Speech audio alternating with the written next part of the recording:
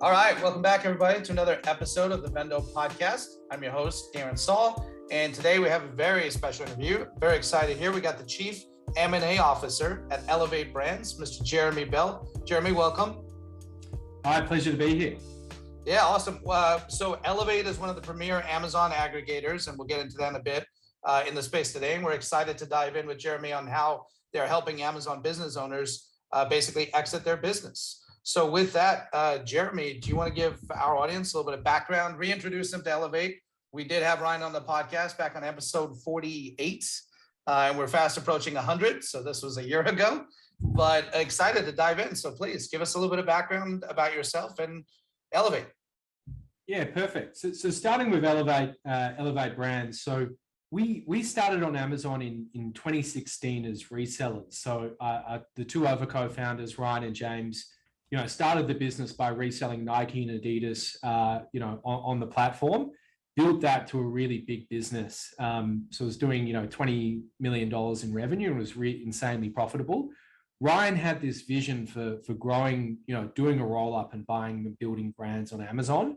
And so in kind of 2019, I joined the business. There was basically three of us working on it. We bought our first business in 2019, and then we launched a brand. And the business that we bought, we had a view of what we could do to grow it. And we kind of, in the end, we grew that business 300%. And we launched a brand from scratch, and that did 8 million of revenue in its first year. And this year it'll do about, $1.5 to $2 million in profit. So those two early proof points gave us the confidence that we're onto a good thing. And then, the Thrasio announcement came out and a bunch of capital flooded into the space, and we kind of rode that wave with a bunch of everyone else to kind of get the business to scale. So if you look at where we are today, we've got 32 brands in the portfolio, 200 people working for us. Our strategy at the moment is very much by Amazon businesses centered on the Amazon US platform, and continue to grow those through product launch and development, channel expansion, either internationally or to other marketplaces in the US, and just implementing Amazon best practices. So, we were extremely cautious last year when we bought businesses. It's not to say every business that we acquired has been a slam dunk. We bought one business every 2 weeks. Wow. And if you look, which was, and we were kind of considered one of the relative more prudent, slower acquirers. But if you look at our performance today, like revenue is up 15% year to date. I think July is kind of up, with Prime Day, we're up 30% year on year. So like our performance has been very, very strong. And we think that just owes to being more cautious with what we bought and just the experience on the platform. Well, what do you think makes a good deal for you guys? Like how do you identify a good prospect? Every 2 weeks, there's a lot of sellers out there. What's the evaluation process? Yeah, it's a great question. So like, as we look at our pipeline, there's tens of thousands. We always get this question from investors, like how big is the opportunity set? And like in our kind of priority pipeline at the moment, there's 2.1 billion in revenue across a whole range of different targets. What we, so the cut through is like the universe of potential targets to buy is really, really large. And so what it's about now is it's about being a really prudent allocator of capital. Last year, a lot of aggregators were rewarded for just buying businesses. And now as people start to graduate to the, trying to raise $100 to $250 million of capital from a private equity firm, they're all about your track record. That they care less about your M&A engine and more about what you buy. So for us, as we think about that, like we like to find businesses that dominate a niche or a category, have a clear vision for where the business can go. So typically what that means is like, what are the key growth levers that the sellers identified? Can we execute on those growth levers? And they're things like channel expansion, new product development is a big one for us. And then the last thing that we like to see is like, is there something special about this business, i.e. it's highly niche, the competitive dynamics are favorable, or it's, it's got the elements of a brand. So like, are people searching specifically for this product on Amazon? Does it have branded keyword searches? And just history tells us that if it has some of those characteristics, the staying power of the business is typically a lot longer than your average kind of, simple single SKU Amazon business. And I'm going to assume the answer is no, but I'll ask it anyway. Do you focus on any specific niches or categories, or you don't care? It basically the criteria you just outlined is kind of what the criteria is. Yeah, it's fascinating. There's a group of people like aggregators that are now focused on certain categories. Yeah. And that's because, either through success or accident or narrative to investors to raise capital, like that's what sticks. What we've seen is, most groups are kind of, focused on 3 or 4 different categories. For us, we're kind of, we're a little bit category agnostic. We'll look at everything because there's always a deal that can convince you or change your mind around, like, we've got no set thinking on whether a category is good or bad. If we come across a new category, what we'll do is, if we find what we call like a hero asset or a platform asset, we'll look at that, and then we'll do a quick cross-check into the pipeline to see, are there 3 or 4 other complementary assets that make sense alongside this? And if there are, then we think about it more of like a private equity buy and build approach, which has worked really well for us, because what we've seen is, if you can find people within Elevate who either love a category or a niche and they're passionate about it, they will destroy anyone, any other person sitting in that role. They'll just out execute them because they're passionate. So that's what we look for when we come across businesses in new categories. Well, yeah, that's where the synergies with VENDO and Elevate exist, because I would argue the same with our media buying and our entire team. Passionate people, put them against any other team, they usually out execute our crush. So I love that you guys have that internally. Do you have any, your structure for your deals? Is it still multiples of EBITDA, or is it now multiples of revenue? Does it depend? How do you typically structure the deals? So for us, the market went through like 3 or 4 different, or potentially more, iterations of deal structure. In Q1, I think a lot of sellers were just ecstatic that they're all, 20 different buyers trying to buy their asset, whereas 12 months before that, or 2 years ago, there was no one. So, you saw everyone, the market kind of believed this story of like, it's a multiple at close, and then there's an earnout and stability payments. We saw that kind of flip in Q2, where a lot of sellers realized, hang on, these aggregators, some of them don't have a clue what they're talking about. So then we sort of saw the cash at close kind of increase. If you fast forward to today, like, the deals that we're doing is it's a multiple of earnings. We don't do revenue deals, and it's kind of a share of the upside. And that share of the upside can be structured as either a profit share, percentage of EBITDA, revenue. In some cases, we're super flexible. As long as it makes sense for us and makes sense for the seller, like we'll just come to whatever. We're far more interested in trying to buy a great business and paying a fair price for it than being really scientific around the bid structure and the rest of it. So, if you look at some of the deals that we've done deals where, the seller stays involved with Elevate for, up to 2 years post-close. And as we look at some of those deals, like they're going really well because we're supplementing the seller of the business with what they couldn't execute on. And then, other deals that we've done are 50-50 joint ventures where there's an agreed mechanism to buy the business or the part of the business that we don't own in, 2 to 3 years time for an agreed multiple. And, they're structures which we haven't seen anyone else really do. And we're all for it because, I think it's a bit arrogant to assume that if you're going into a new niche or into a business that you know more than the person that's built it. Yeah, on that point, I was going to ask about the earnout. So you pre-answered that question. Do you ever hire any of the sellers internally? Like, do they eventually join and work, I would assume, for Elevate? Yeah, so we've hired ex-sellers who sold their businesses to competitors who then end up coming working for us. They're like, disappointed that you guys didn't buy my business, but I'd love to come work with you. And, so we've done that in the past. We've got a bunch of, ex-sellers we integrated their full team and their team's still involved with the business going forward. I think that's one thing that kind of entrepreneurs are kind of conscious of is I've had this great team that have helped me build a really big business. And if I get paid and walk away, like I want to make sure that they're looked after because, because it's in some ways it's the right thing to do. So yeah, we've bought businesses and taken the full team on board. We've bought businesses and taken the team and the owner on board. And I think what we're about is just, we like to say we're all about growth. So at the end of the day, whatever helps us, create the best outcome in the long run is what we'll do. Yeah, I've heard that a lot of aggregators from a software perspective anywhere, they won't necessarily spend the time and resources to build it internally. So they'll use a lot of off the shelf stuff to supplement whatever they have internally. I think you mentioned you have about 200 people now, roughly up to that. Is there anything you do outsource or work with like a third party like ourselves for?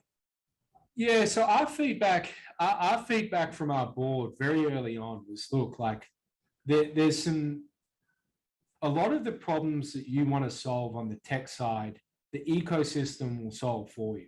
So someone will go and build whatever tool it is that you're building, and they'll raise VC money, and those guys are going to be working, 120 hours a week. Like eventually some of those problems will be solved for you.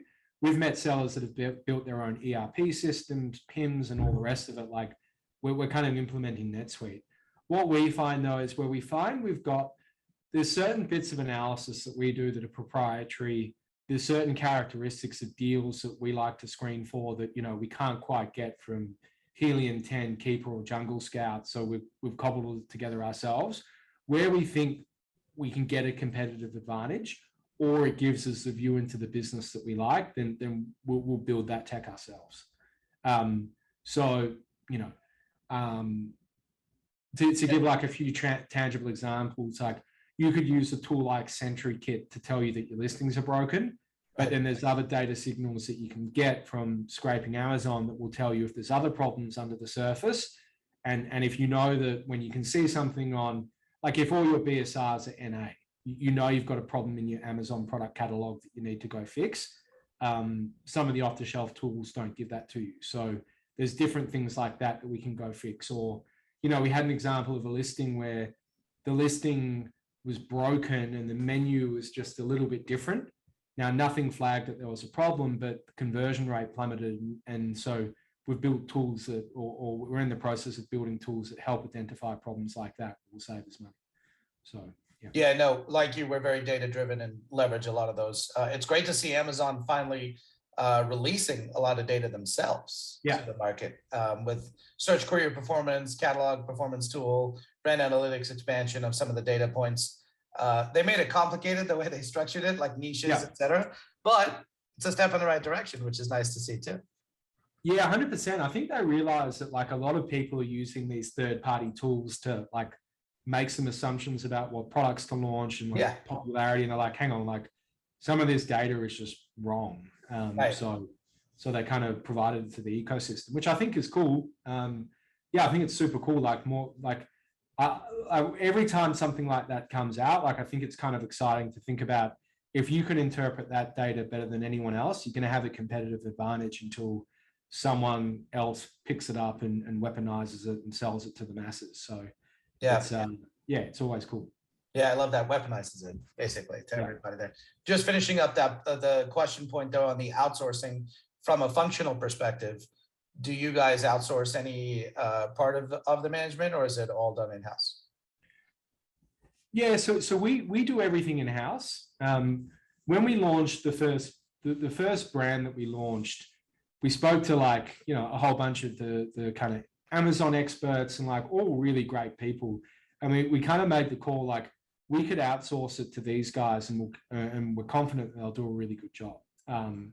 But then we kind of made the decision, well, like if we do that, we're not going to learn anything. So let's do it ourselves. And so that's what we did. So where there are lessons that we need to learn, like we'll take it on ourselves, but where there's efficiencies from outsourcing it, we do. And it's just a case-by-case basis.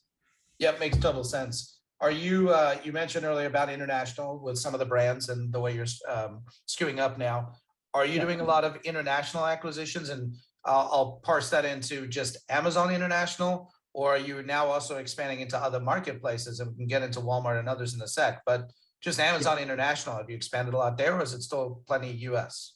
Yeah, so a lot of it, the majority, I'd say like 95% of our deals are businesses focused mainly on Amazon.com.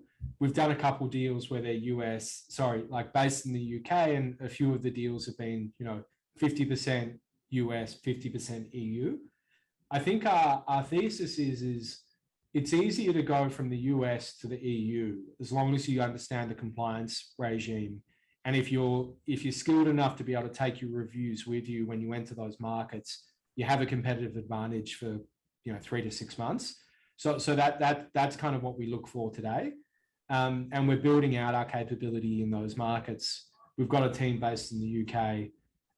Compliance we've found has generally been much harder going from the US into the EU or the UK because there's different regulatory regimes by each country, packaging requirements and all the rest of it. So we've just found with our business, we've had more success going from the US to international than the other way. So that's something that, it typically, after we buy a business, if it doesn't have presence in those markets, takes us kind of 6 to 9 months. By the time you get the amount of inventory that you need, jump through the compliance hurdles and get the inventory in market, it can take 6 to 9 months before you're kind of starting to see the benefit of that. That's a core focus for us. We also think a lot about, our Walmart growth has been really strong. We're getting into Target. We're pushing a few brands into brick and mortar, which has been really exciting. So, a couple of our marquee brands, we're taking and pitching it to Walmart next week and a bunch of others. So to go the whole brick and mortar route. So yeah, it's like we think that's a huge part of the growth unlock here is channel expansion and channel expansion within the US and internationally. Yeah, I was going to ask about Walmart.com and some of the other channels like Target, et cetera, Costco, eventually. Sounds like you are making some headway into bricks and mortar now with those brands from what you just said there. Yeah, it's been super exciting. So it's very different to, I think the learning for us was every time we meet new sellers on the M&A side, we learn a little bit about everyone's business. We share some things both ways, but a couple of sellers that we met had these massive D2C businesses. And we're like, how did you do that? And it was that they worked really hard to find the right people in each of these businesses and just pitched them and got their product on the shelves. And, you can very easily get an order from Walmart for $1 million order on your first go out the gates. And for us, that's extremely attractive with the portfolio that we have. So yeah. Well, our sister company, Team Direct, one of the best in the business on the ground there for the last 20 years. So very familiar with the bricks and mortar side. In fact, that's kind of how we were born, was out of retail. So I understand that business very well. Yeah. We're also seeing tremendous opportunity on Walmart.com with the growth side and the team that we have and the client portfolio that we're working on. Are you guys doing a lot of media buying and ad placement now on those other channels, or is it still pretty much more focused on Amazon? Yeah, so Amazon, so we've got a great PPC team. So I think our PPC is running, I think it was last time I checked, just on Amazon.com around 10 to 12%. Yep. And it really skyrocketed in August last year, but we've done a good job of getting it to hand. On the other channels, I'm probably not the right person to ask. I know we are investing in those channels, and one thesis is just like they're less competitive. So you've got better acquisition costs. And if you're trying to build a branded relationship with someone, it's a better way to kind of get them into your kind of orbit. So yeah, spending a couple of our brands, we're spending big on D2C and seeing, double-digit kind of growth year on year as we've invested in those strategies. I believe we are spending money on the Walmart platform, and that's got a pretty good return on ad spend. So yes, I think the answer to that is yes. Yeah, well, so bringing it back to kind of your field of expertise and your space there, what is your opinion on some of those who are making comments on the bubble in the aggregator space, the opportunities, the dilution, the competition? Yeah. So just your opinion overall of the aggregator space itself. And by the way, I don't see why people think that's some sort of negative connotation these days that I know some have said.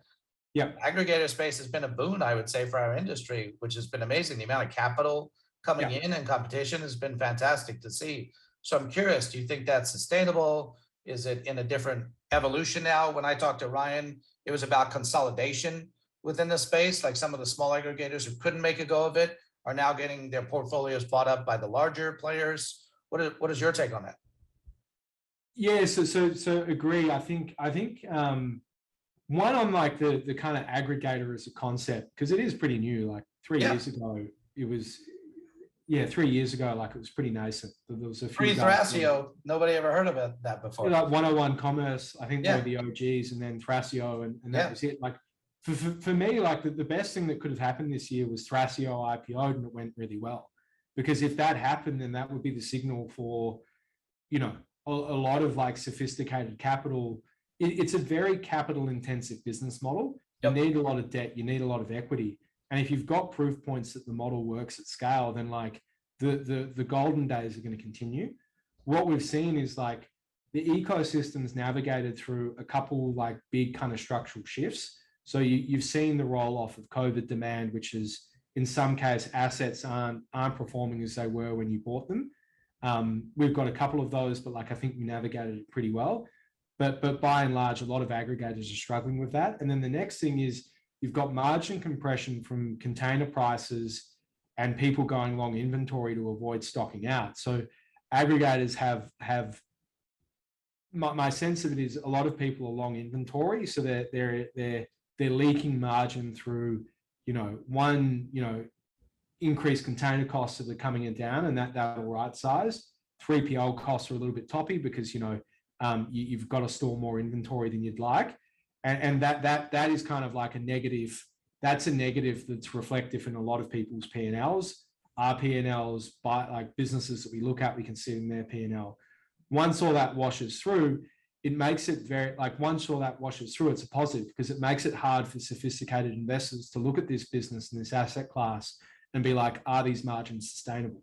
So like from my perspective, as we start to walk past a lot of these trends, the sophisticated capital looking at this ecosystem will start to kind of galvanize and reinvest. The macro backdrop this year is very different. A lot of people are risk off. A lot of aggregators are risk off. Because if people aren't funding aggregators as aggressively as they were last year, then like people are going to focus on operations, minimizing cash burn, extending runway, and just waiting until the markets turn. So I think what that means is multiples will be suppressed for our business and the businesses that we buy. And then you're going to see people start to consolidate because they have to. So a lot of people have these venture debt credit facilities where, some of the terms are onerous and restrictive, and those facilities are designed to reward people for deploying the facility, getting to scale, and then refinancing it when you're at scale. Sitting on that facility and not doing any M&As creates a bunch of pressure for people. So I think you're going to start to see a wave of consolidation. It's already started in some views. Some guys have gone under, some people are consolidating. You're going to see that roll out over the rest of 2022. And then at some point in 2023, when the markets recover and investors are risk on, I think you're going to see like a pretty quick snapback to where we were. To where we were. So deals will get done, valuations will start to stabilize, and the market will kind of be back to where we were. So I know we talked earlier as we're wrapping things up here about what you look for when you're identifying a deal and stuff, but what should sellers or brand owners who's ever building their business now, what would your advice be to them in terms of what they should do or what they should be focused on that would make them a good target for you specifically from their side of the equation? So I think it's all about, and this is from our perspective. So it's all about like, get your, I think that the market's a lot more sophisticated in terms of how do you prepare for a sale. There's a lot of content out there now about what you need to do, like hire an accountant, make sure your IP is protected, have enough inventory, if you've got key people, build out SOPs around how to run your brand, all those sorts of things. Like I think the seller community now is pretty well educated. There's a lot of good content out there. Yep. What I'd say for sellers now is like, if you exit now, you're at risk of selling at the bottom of the market. And so what we've seen is for the types of businesses that we like, they're typically higher quality, and the sellers of those businesses know that. So they're like, look, like the market may be 3 times cash at close, but like I'm not going to move unless you can promise me a multiple of X. And so like they've got a strong view of what their business is worth. They're sticking to it, and they're basically saying like, well, if I'm not going to get the value today, then I'm just going to wait 12 months and I'll sell the business then. Particularly if it's growing and they're launching new SKUs, like that's kind of what happened in 2008 in that recession. If you had a good business, you didn't sell, you just waited for the market to recover, and you got the value that you kind of, that you're solving for. So my advice to people in this moment is, if you want to sell, it's going to take you longer to kind of get the offer that you want. Aggregators are being a lot more cautious. They're taking their time with reviewing businesses. So be patient. Last year we would have a phone call with someone, would call them back 2 days later, and they'd signed an LOI with, Thrasio, and the deal closed 3 weeks later. And it was like, that's how quick it was. This year, it's like someone contacts us and it takes, 3 to 4 weeks for it to go under LOI. So it's definitely like the heat's not there in the market. So for sellers, be patient and just focus on running a great business. Just keep launching SKUs, keep implementing best practice, whatever it is that you can do to strip out cost and improve your margins, do it. Like just keep trying to build a great business. And if you've got a great business, you'll be able to sell it. So aggregators aren't going anywhere. I think we're here forever. And it's just a point around, when we get through this period of like, macro volatility, people will start to go risk on, and you'll see a return of the M&A volumes that we saw. Probably not last year. It'll never get as hot as it was, but we'll see a good kind of return to, M&A volumes and deals getting done. Yeah, well, to your point earlier, outperform or out execute your competition, and everything else will take care of itself as long as you know your numbers and are prepared to present those numbers properly, to your point, during that sale process. Yeah, just wake up every day and try to put your competition out of business. And if you can do that, then someone's going to want to buy you. I love that. Yeah. We're gonna do some new mantras here. Wake up and put your competition out of business. I like that. Yeah, that's we've seen a few deals where like we've seen like a similar asset that we wanted to buy, and like one of our competitors bought it. We're like, oh, that's okay. We'll just wake up every day and try to put them out of business. So go for it. Yeah, as your countrymen would say, fair dinkum. It's fine. Exactly. There you go. What are some of your, if you can share, you don't have to say if you don't want to any of the brands, but in your portfolio, like, are there any items you use in your everyday life? That's always a fun question for me to ask people in your spaces. They're products that are like near and dear to your heart, that like, hey, I found myself, we bought a coffee maker company and now I use the coffee maker every morning. Or is there anything that stands out to you over the last several years of acquisitions from that standpoint? And I know you don't have favorites, so I don't want to put, your rest of your portfolio, but anything you want to share, please. Yeah, there's a couple. It's kind of like a funny one, because every time we buy a business, you always end up with like different samples in the office. Right. And then everyone kind of takes those home, and like when you go through your house, like, oh, there's that like, that knife set or wine glasses. Yeah. Or we own a business that has matcha tea, like the number one seller of ceremonial grade matcha on Amazon. Mm-hmm. And like I've still got like a lot of that at home, which my wife loves. Like some of the workout equipment, we bought like a workout brand, and I've got a few of those. Beach tents is one that we're into, and there's a bunch of that kit laying around. So it's kind of one of the cool things. Like it's a physical product that you can touch and see and use. So that's kind of one of the cool things. Yeah, it's one of the cool things about this business. You got real utility. Yeah, absolutely. Well, you can only have so many red spatulas. I believe that was the early day example of selling and what people would share. Are there any parting thoughts or comments or anything else you want to leave our audience with, from either just a perspective or anything you wanted to say that we didn't cover? No, I think that's it. I think as people think about, the outlook here, it's we haven't seen a big drop off in demand on any of our channels yet. I think that's the concern that people have, is like, is that going to happen? And if it does, like, what I'd encourage everyone to think about, like, in that moment, is markets always recover. So just hang in there. Yep. And use that as an opportunity to, if demand does falter, or you see a drop in certain areas, like, go back and renegotiate everything. Like if the factory is selling less units, try and improve your prices. If your container costs are going down, like, try and improve your rates everywhere. So like, go and just cut deals with everyone if the market does take a dip. So that's one thing I'd say. And as the seller once put to me, it was a pretty tough negotiation between us and one of our competitors. And he said, like, his philosophy on it was like, look, like, what's the worst that can happen? Like, I've got a great business.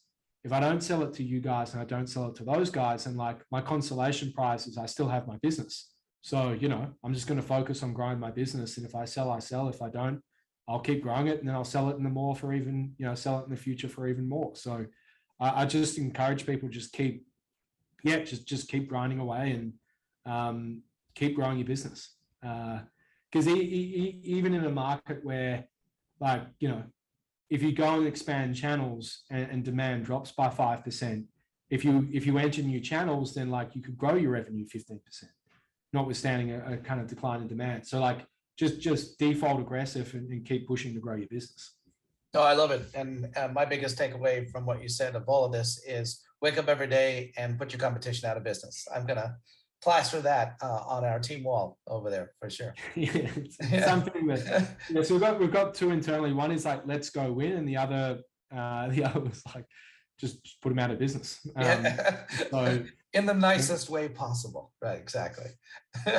Well, that's the nice thing about business. Like, it's one of the only environments where you can legally do everything you can to destroy your competition. Right, exactly. So, that's or you end up acquiring the competition or the assets thereof. So yeah, that's one way to do it. Exactly. Well, Jeremy, really appreciate a lot of great takeaways here for our audience. How can people get a hold of you or Elevate, or how should they reach out? Yeah, so if you'd love to connect, shoot me an email at jeremy@elevatebrands.com. And yeah, I can funnel people to the right members of the team that way. Awesome. All right. Well, we'll put in the show notes as well, some direct contacts, things like that too. Jeremy, it's been a pleasure. Really appreciate the conversation. And for the rest of our audience, remember, everybody, protect your brand and sell more. Thanks, Jeremy. Cheers. Thank you.